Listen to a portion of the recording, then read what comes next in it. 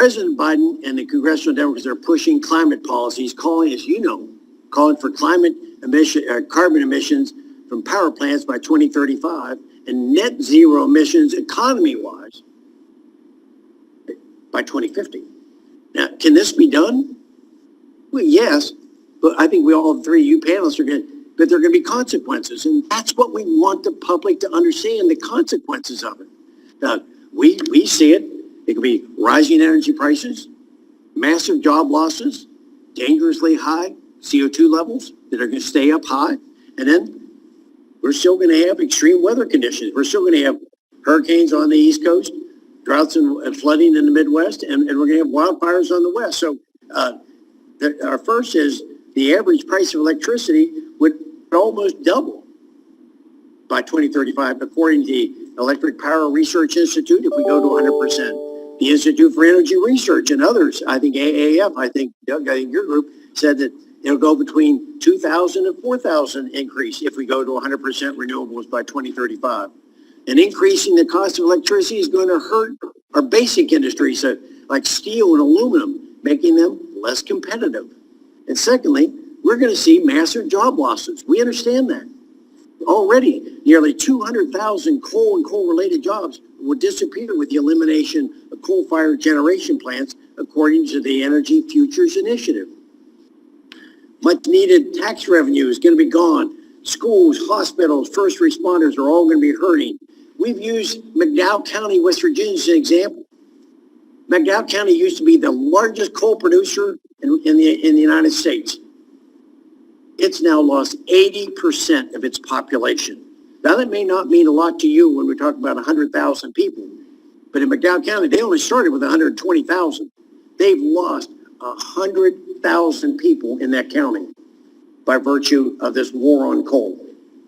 So it's serious for them. The closure of that, they think what's happened to their hospitals and first responders. And counties across the country are feeling the same broken promises. We had all the presidents have said in the past, we're going to step in and take care of you in your fossil fuel communities. I heard it in 92 when Bill Clinton came to just north of us at a steel plant in Weirton, West Virginia. And he came in and said, we're going to stand up for steel. And then they didn't. And the plant there went from 16,000 people down to 900. So this idea that we're going to step in and shore up what we've hollowed out these communities, there's just not a track record to be able to back that up on that. And so I want to see, just show me. Do it first before you start shutting out the lights. But then thirdly, it's more than electric costs. People are paying more for everything. We've seen the newspapers. The Wall Street Journal just came out with the inflation rate is the highest it's been in 13 years. Gasoline prices, I paid $3.15 this morning to come in. I heard another place just south of us in West Virginia was $3.46. It increased by 50-some% in just last year. We're seeing transportation costs are up 11%. Foods are rising at a higher rate. So this is a problem we're going to have. And fourthly, the CO2 levels will still be at a dangerous level. That John Kerry just said last year, in 19, he said the CO2 levels, anything above 350 is a dangerous level.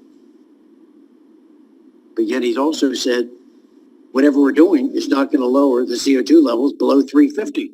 So I keep scratching my head up here. So what are we doing? If we're still going to have higher utility prices, we're going to lose our jobs. The CO2 levels are still going to be dangerous, and we're still going to have hurricanes, wildfires, and droughts. Then I don't understand why we're doing it. So I think it's important in this hearing for you all. That's why I really am anxious to hear what's the alternative? Because we see their approach is we're just going to do away with fossil fuels. I'm thinking that you all, I'm hoping, are going to come out with some solutions. I know we have one that we're talking about as innovation bill so that we can continue using fossil fuels, but I want to hear from you all about what your approach. So again, higher utility bills, neighbors losing their jobs, schools losing their funding, CO2 in the atmosphere is going to be high. We still have extreme weather conditions. What are we doing this for? So instead of this short-sighted plan, let's hear from you all now. So I'd like to turn it over. If we can start, Tom, let's start with you, Tom, if you want to give your testimony, please.